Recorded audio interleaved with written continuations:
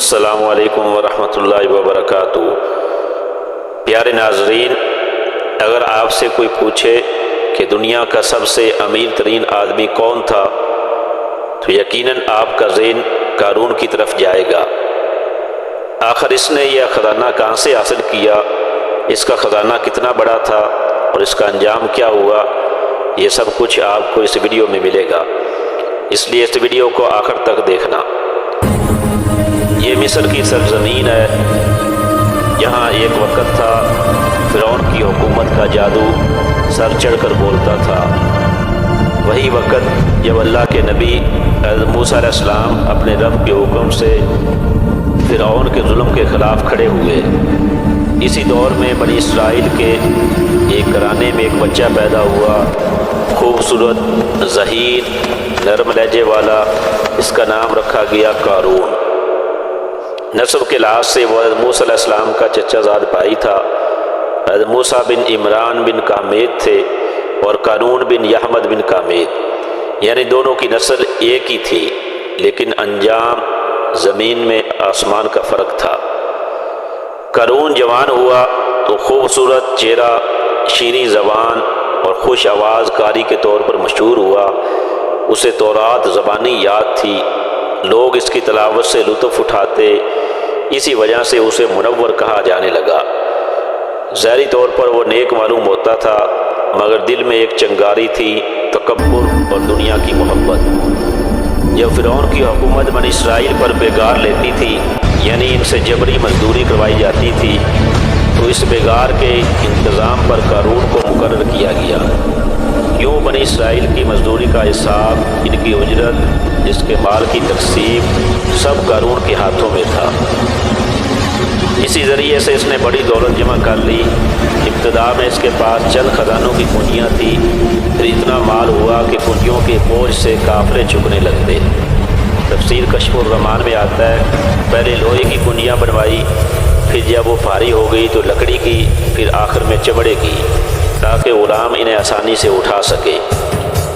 بعض مفسرین نے لکھا ہے کہ یوسف علیہ السلام کے زمانے کے ایک مدفون خزانے کا پتہ اسے لگا۔ وہ خزانہ جسے زمین نے صدیاں چھپائے رکھا تھا، قارون کے ہاتھ آ گیا، اور یوں وہ زمین کے سب سے مالدار لوگوں میں سے ایک بن گیا۔ سونا، چاندی، جواہرات، مہکدار تیل، ریشمی لباس اور نادر موتی، یہ سب اس کے خزانوں کا حصہ تھے۔ اس کی دولت اتنی تھی کہ لوگ کہتے تھے اس کے خزانوں کی کنجیاں بھی کئی مرد اٹھا نہیں سکتے۔ دولت کے نشے نے اس کے دل سے ایمان کی روشنی چھین لی۔ اب وہ اللہ کا شکر ادا کرنے کے بجائے کہتا، میں نے یہ مال اپنی عقل، اپنی محنت اور اپنی ہوشیاری سے حاصل کیا ہے۔ یہ جملہ وہی تھا جو آج بھی کئی قارون جیسے لوگ دہراتے ہیں۔ قوم کے علماء نے اسے سمجھایا کہ زکوٰۃ ادا کرو، یہ مال اللہ کا دیا ہوا ہے، مگر اس نے انکار کیا۔ وہ کہنے لگا، میرے مال میں کسی کا حصہ نہیں، میں خود محنت سے اس مقام تک پہنچا ہوں، اور یہیں سے اس کے زوال کا سلسلہ شروع ہو گیا۔ ایک دن قارون نے اپنی دولت کا مظاہرہ کرنے کا فیصلہ کیا۔ اس نے یہ فیصلہ کیا کہ میں اپنی دولت سارے لوگوں کو دکھاؤں۔ اس نے سفید کھچر تیار کروایا، خود قیمتی ریشمی لباس پہنا، سونا چاندی کا زیور، نایاب خوشبوئیں اور 7 غلاموں کی کتاب۔ ہر غلام نے بیش قیمت لباس پہنا ہوا تھا۔ جب وہ جلوس کے ساتھ شہر میں نکلا تو لوگ حیرت سے دیکھنے لگے۔ دنیا داروں نے حسرت سے کہا، کاش ہمارے پاس بھی ایسا مال ہوتا، یہ تو بڑا خوش نصیب ہے۔ مگر جو علماء اور نیک لوگ تھے انہوں نے کہا، افسوس، تم ظاہری چمک پر فریفتہ ہو گئے، اسی پر عاشق ہو گئے۔ اللہ کے نیک بندوں کے لیے جو انعامات آخرت میں ہیں وہ اس دنیا کے مال و دولت سے 1000 گنا بہتر ہیں۔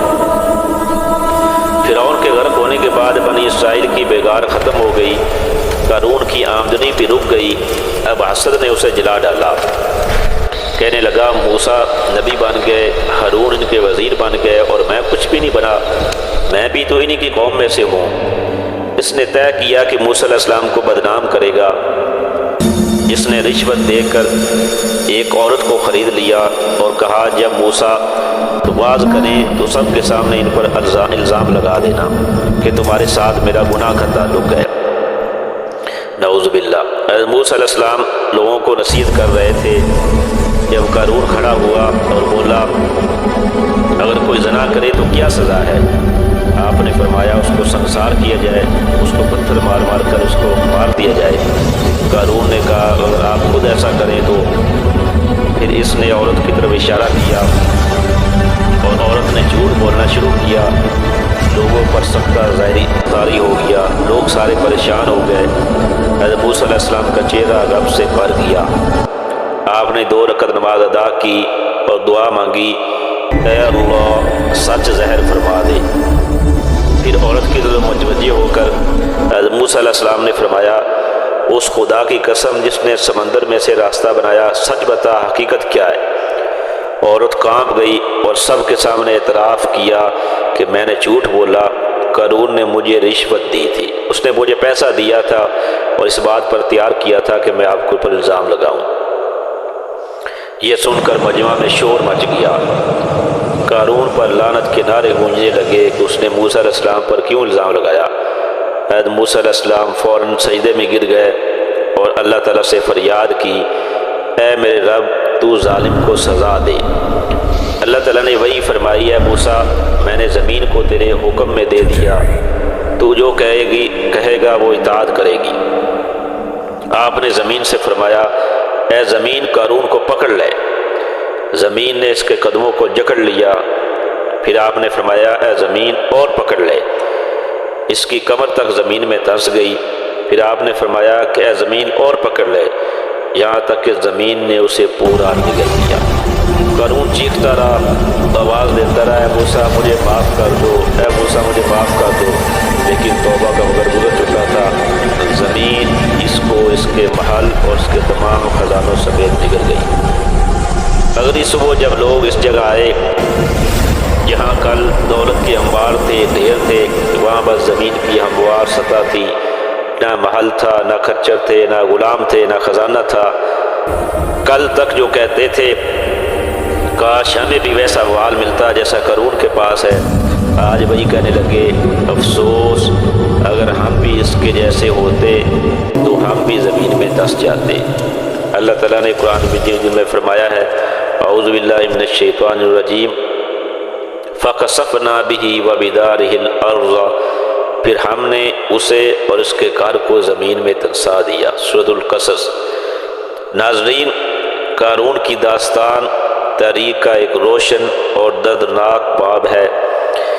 اس نے نبی کا علم پایا مگر دل میں ایمان نہ رکھا، اسے اللہ نے مال دیا مگر شکر ادا نہ کیا، اور جب اس نے تکبر کیا تو زمین نے اسے نگل لیا۔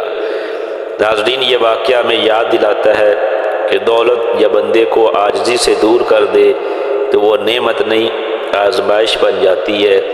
اللہ کے نزدیک کامیابی مال میں نہیں بلکہ ایمان، عدل اور شکر میں ہے۔ اللہ سے دعا ہے کہ اللہ تعالیٰ ہمیں بھی ہر وقت اپنی شکر گزاری کرنے کی توفیق